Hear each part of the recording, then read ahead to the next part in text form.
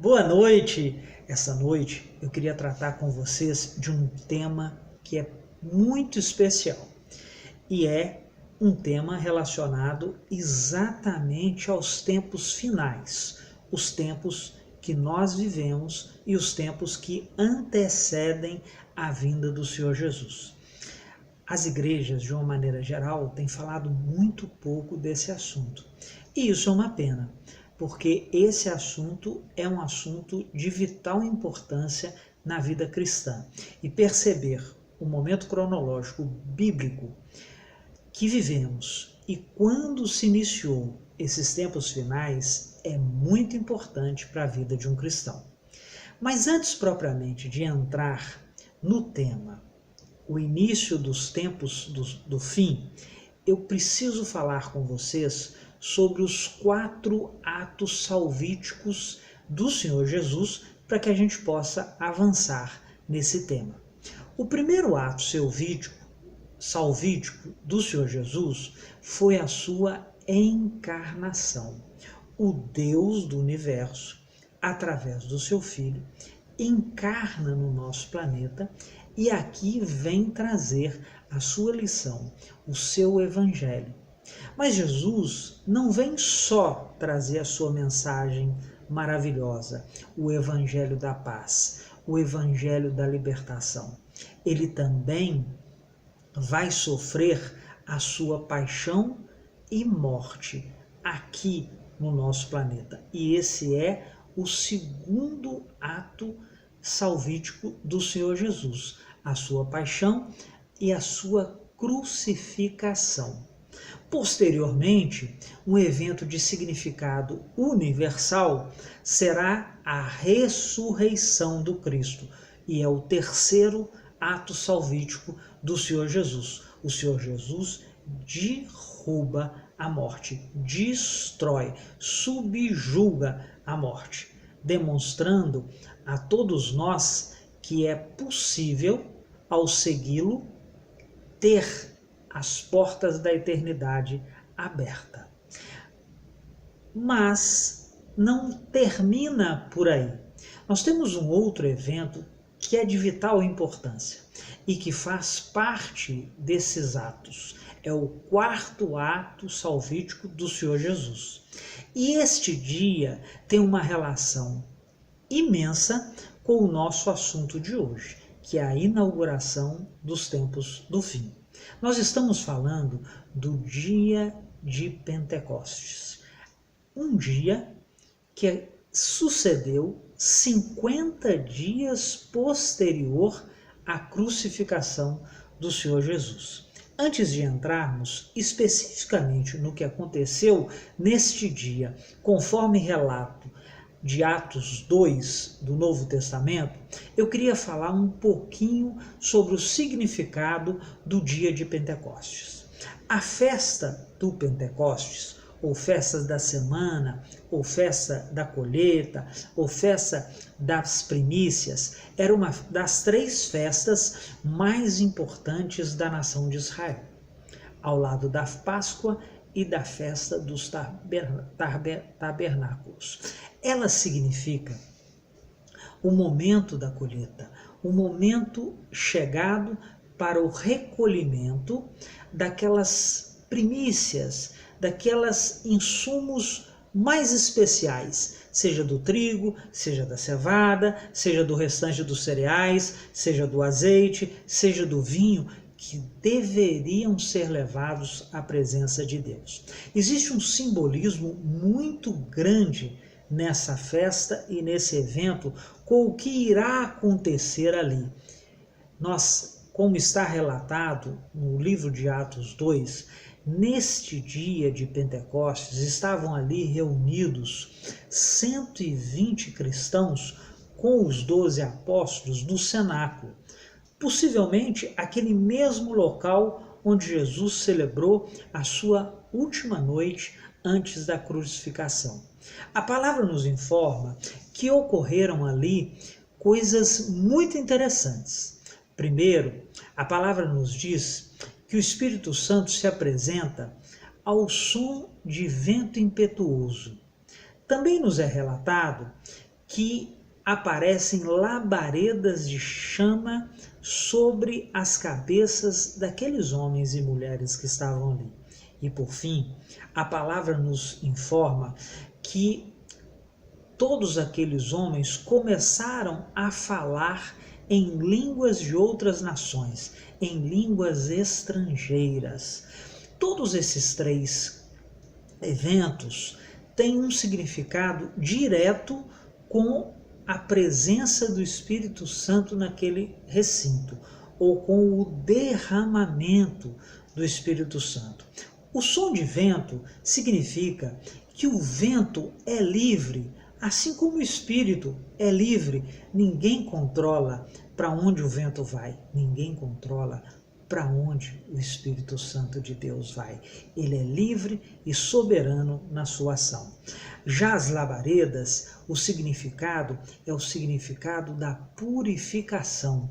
Onde o Espírito Santo entra, onde o Espírito Santo chega, ele purifica. As línguas ali querem representar que o evangelho do reino, aquele evangelho pregado pelo Senhor Jesus, deveria ser pregado a todas as nações, até que viesse o fim. Ali, na festa de Pentecostes, exatamente naquele momento, nós tínhamos pessoas de várias nacionalidades, judeus de todas as localidades do mundo praticamente, fruto das dispersões que ocorreram anteriormente. Eles estavam ali para festejar, como disse anteriormente, uma das três principais festas do povo de Israel. Portanto, a cidade estava lotada, cheia de gente de todas as nacionalidades. A palavra nos diz que aqueles 120 saíram pelas ruas falando nas línguas daquelas nações que estavam ali presentes. E aquelas nações se assustaram. Aqueles homens estrangeiros, judeus estrangeiros que estavam ali, se assustaram, porque aquele conjunto de homens e mulheres era um conjunto de galileus, um povinho iletrado, lá da divisa de Israel com a Palestina, de forma que isso chamou profundamente a atenção daqueles homens que passaram a escutar a mensagem nos seus dialetos e idiomas nativos. Pedro, naquele momento, sobre a alegação de que aqueles homens poderiam estar embriagados, faz uma defesa fervorosa da posição daqueles homens. E Pedro invoca uma profecia do Antigo Testamento para mostrar àqueles homens, àqueles judeus que ali estavam, o que de fato estava acontecendo ali. Pedro se remete a uma profecia disposta lá no Antigo Testamento, no livro do profeta Joel. Pedro vai ao capítulo 2, verso 28 em diante, do profeta Joel, para atestar que o profeta profetizou lá no pretérito estava acontecendo exatamente ali naquele momento.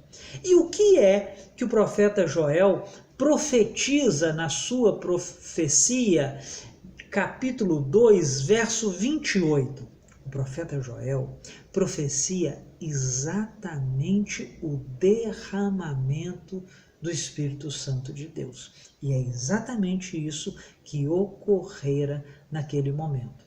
O profeta Joel, em sua profecia, diz que nos tempos finais, Deus haverá de derramar o seu Espírito Santo sobre toda a terra. Exatamente o que aconteceu. O que Pedro faz é algo que só um apóstolo pode fazer. Afinal, tem autoridade apostólica para fazê-lo. Pedro pega a profecia de Joel e traz a profecia de Joel para o tempo presente. Pedro altera o modo do verbo da profecia Joel e diz: é chegada a hora. O que o profeta Joel profetizou no passado aconteceu. É isso que vocês estão vendo. Não é embriaguez, conforme os judeus tinham alegado, mas sim o cumprimento da profecia do profeta Joel. Portanto, o que nós estamos vendo nesse evento de Pentecostes nada mais é do que a inauguração dos tempos finais dessa humanidade caída. Afinal, Pedro declara textualmente a profecia no tempo presente.